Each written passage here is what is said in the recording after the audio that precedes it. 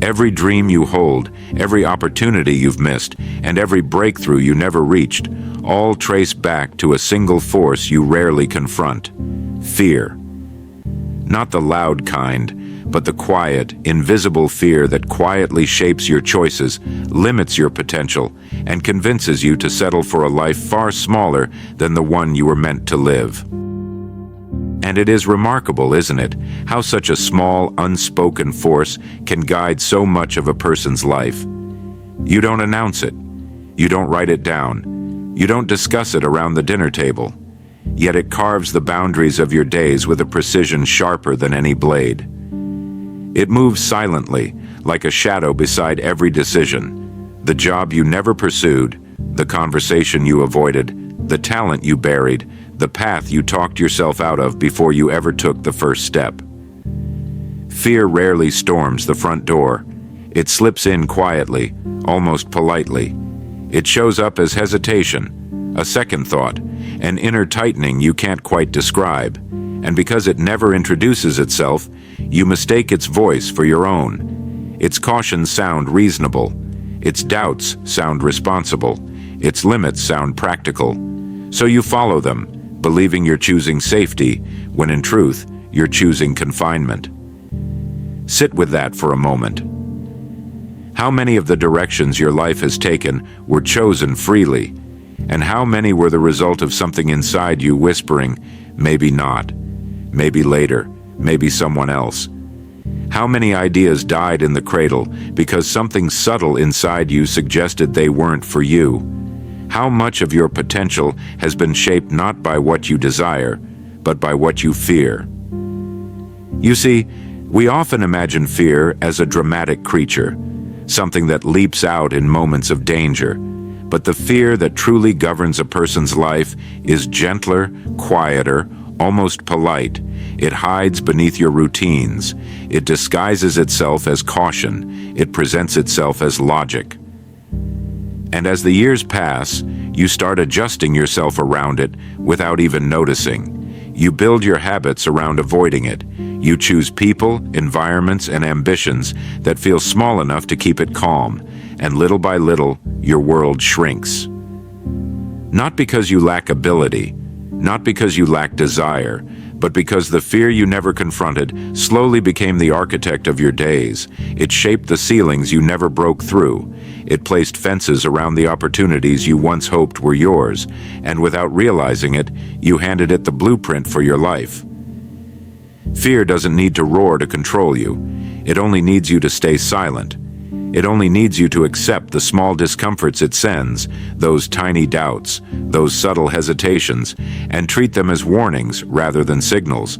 Signals of what? That you are standing at the edge of something that could grow you, stretch you, challenge you, and ultimately transform you. So I want to invite you into a question, one that might unsettle you just enough to wake you up. What would your life look like if fear had never whispered in your ear? Not in dramatic moments, but in the quiet, everyday crossroads where your future was quietly being shaped. What conversations would you have started?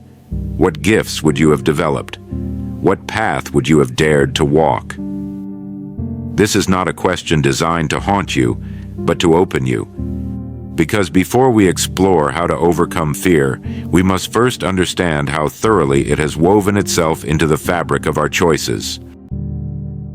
How fear shapes the choices you make every single day.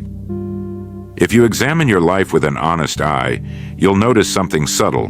The choices that shaped your days were rarely forced upon you. They were chosen, sometimes carefully, sometimes casually, but chosen nonetheless. Yet in the quiet corners of each choice, fear was present, nudging your hand just enough to alter the direction. And fear never shoves. It guides with the softest pressure. You're invited to speak up, and something inside says, stay quiet a little longer. You think of trying something new, and a whisper reminds you of how comfortable you are where you stand. You feel a pull toward a dream, and suddenly an invisible weight settles on your shoulders, suggesting that perhaps the dream can wait until a more convenient time. A man once told me he knew exactly what he wanted from life. He could see it clearly, almost touch it, yet each morning he stepped into a routine that held none of it. Why? Because the moment he thought about changing course, a small uneasiness rose in him. Not panic, just a tightening, a slight flutter of uncertainty, and he mistook that feeling for a warning instead of what it truly was, a sign that he was standing at the entrance of something larger than his present self. Fear appears in these tiny, everyday crossroads. It doesn't announce itself. It simply leans your choices ever so slightly toward safety, toward familiarity, toward the known, and over the span of years, those small leanings amount to a direction, one that often leads you far away from the life you intended to build. You might think your decisions are based on reason, yet many of them are shaped by invisible guardrails you never placed consciously. Somewhere long ago, fear tapped you on the shoulder during a difficult moment, and ever since, you've walked around that memory as though it were a wall. Some people spend their entire lives rearranging themselves to avoid a sensation that lasts only seconds, the discomfort of uncertainty. They choose the same patterns, speak the same words, think the same thoughts, not because these things satisfy them, but because they don't awaken that old familiar tension inside. It's astonishing how much a person will sacrifice to avoid a moment of emotional unease. And perhaps the most striking part is this: fear doesn't stop you with force, it stops you with questions. Are you sure? What if this doesn't work? What if you're not ready? What if you're wrong? Not threats, just doubts. Doubts delivered with such gentleness that you accept them as your own thinking. Imagine what might shift if, for even a single day, you moved through your choices without that subtle influence. If you did the thing you quietly avoid, if you made the call, if you expressed the idea, if you allowed yourself to want something openly and acted on that wanting without rehearsing all the ways it might go wrong. You would begin to reclaim territory within your own life that has gone unchallenged for years, because fear shapes your choices only when you treat its presence as a command rather than what it truly is, a guest in the room, not the owner of the house. The mindset shift that helps you use fear as direction instead of resistance. There comes a point in a person's life when they begin to wonder whether fear has been mislabeled. We spend years treating it as a barrier, a signal to turn back, a sign that we're headed somewhere we don't belong. Yet if you look closely, closer than comfort usually allows, you'll notice something peculiar. Fear almost always appears in front of the things that matter most. It doesn't rise when you're drifting through routines. It doesn't stir when you remain within old limits. It shows itself precisely at the doorway of the experiences that would stretch you, challenge you, or change you. And because we've been taught to move away from that sensation, we rarely notice that fear is pointing, not pushing. A man once described fear to me as a lantern in the dark. It doesn't say stop, he said. It simply says, pay attention. Something important is ahead. At the time, I didn't fully understand him. But over the years, as I watched people step toward their greatest aspirations, I saw the truth of it. Their fear didn't grow louder when they drifted from their purpose. It grew louder whenever they stood near it. And this is where the shift begins. Instead of interpreting fear as resistance, you begin to see it as direction, a compass of sorts, not one that points north, but one that points toward growth. Think back on your own life. The moments you were most afraid to step into were often the ones that held the most profound meaning. The conversation you dreaded ended up clearing years of misunderstanding. The opportunity you almost declined became the turning point of your career.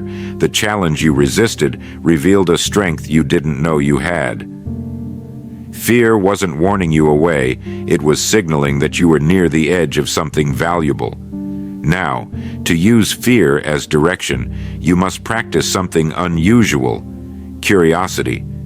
Instead of shrinking back, you pause and ask, why does this matter to me?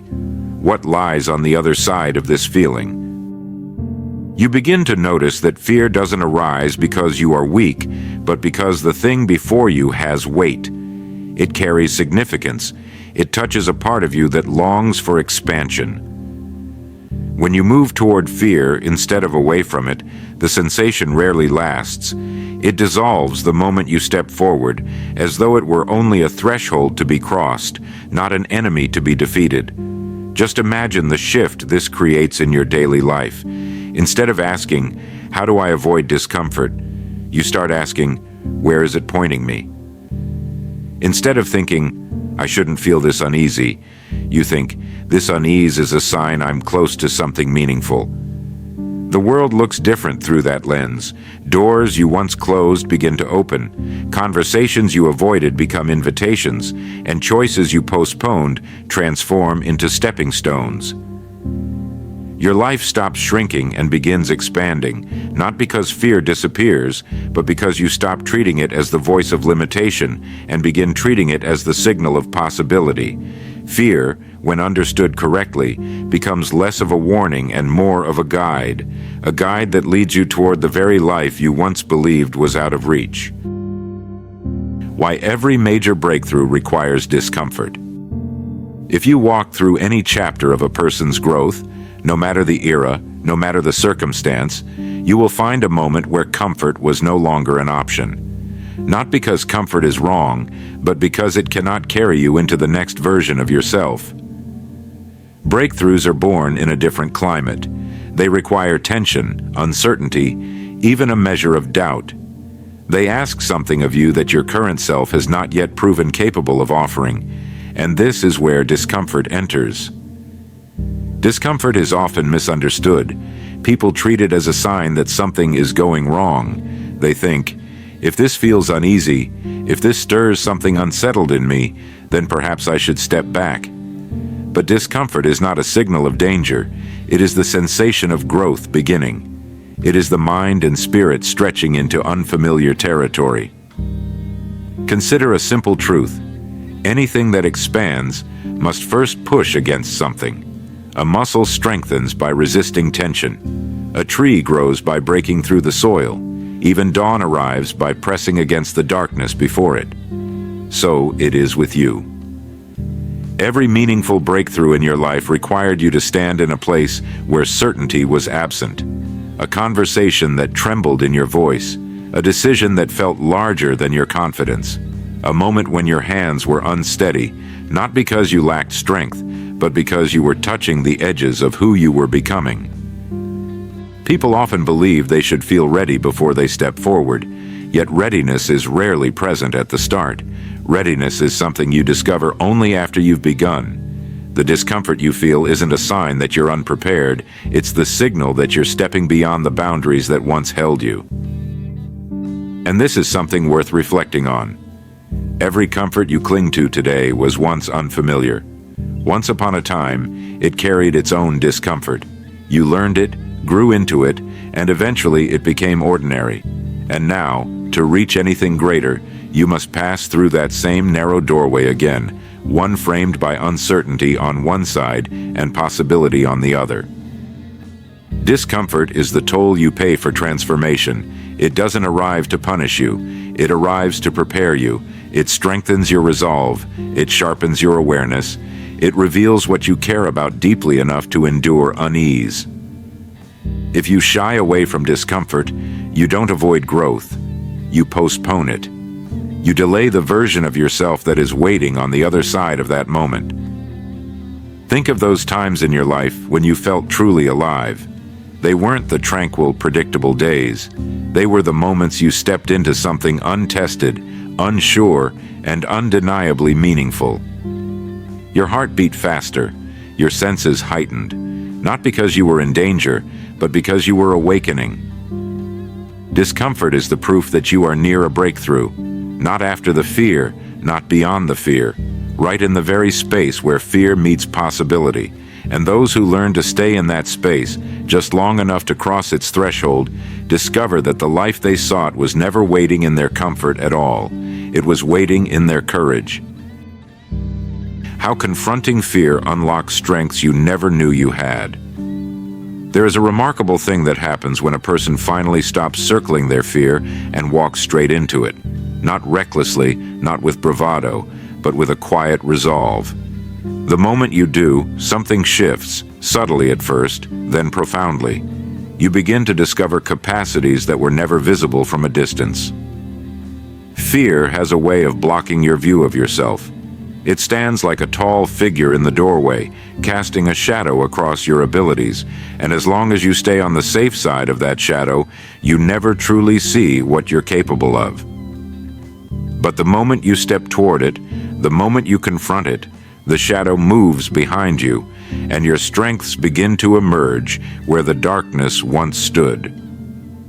People often believe they need confidence before they act. Yet confidence is not the fuel of action. It is the result of action. Strength is the same. It does not arrive ahead of time. It is revealed only when you take a step you once thought was beyond you. You may have noticed this in your own life. A challenge that once felt impossible eventually became something you navigated with clarity. And you didn't gain that strength by thinking about it. You gained it by walking into the very thing that intimidated you. The courage you summoned became ability. The tension you endured became resilience. The uncertainty you weathered became wisdom. Fear, when confronted, transforms from an obstacle into a teacher. It teaches you that your endurance runs deeper than you imagined. It shows you that your mind can adapt more quickly than you believed. It reveals that your spirit is far more capable than the quiet doubts you once listened to. You realize, often with surprise, that you are not the fragile creature fear convinced you to be.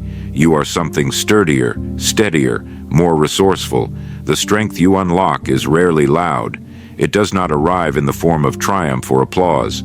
It arrives in the way you carry yourself afterward, more grounded, more certain, more willing to meet the next unknown. You begin to trust yourself in a way that cannot be taught by comfort or theory.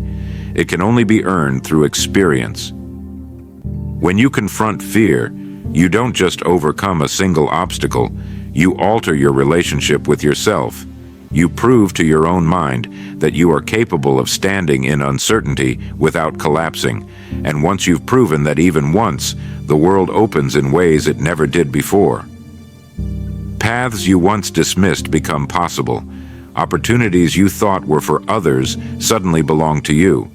Challenges that once stirred dread now awaken purpose, because now you know something essential. The fear you feared was not the limit of your strength. It was the threshold of it. And each time you step through that threshold, you become a little more than you were before. Not because the world changed, but because you did. A new layer of ability unfolds, a deeper confidence takes root, a clearer sense of direction appears. This is why confronting fear is not merely an act of bravery, it is an act of self-discovery, a revelation waiting on the far side of hesitation. And once a person experiences that revelation, even once they stop asking, "What if I fail?" and begin asking, "What might I become?" So, remember this. Your life is not shaped by the moments you felt certain, but by the moments you chose to move despite the tremble in your chest. Fear has followed you for years, not to diminish you, but to point you toward the very places where your strength has been waiting, patient and untouched. There comes a time when a person must stop negotiating with their doubts and step forward simply because their future deserves it. Not tomorrow, not when conditions improve, but now, while the door is still open, while the spark inside you is still alive. Fear will always offer reasons to wait. It will always try to persuade you that another day is better suited for courage. But courage never belongs to another day. It belongs to the moment you feel most uncertain. If you take even one honest step toward the thing you've avoided, you will feel the shift. Not a dramatic one, just a quiet recognition that you are no longer living at the mercy of hesitation. You are choosing your life rather than letting it be chosen for you. So as you walk forward from here, carry this with you. The path you long for is not hidden. It is simply guarded by a feeling you've misinterpreted for far too long. Meet that feeling, move with it, and allow your strength, the strength you've always had, to take its rightful place in your life.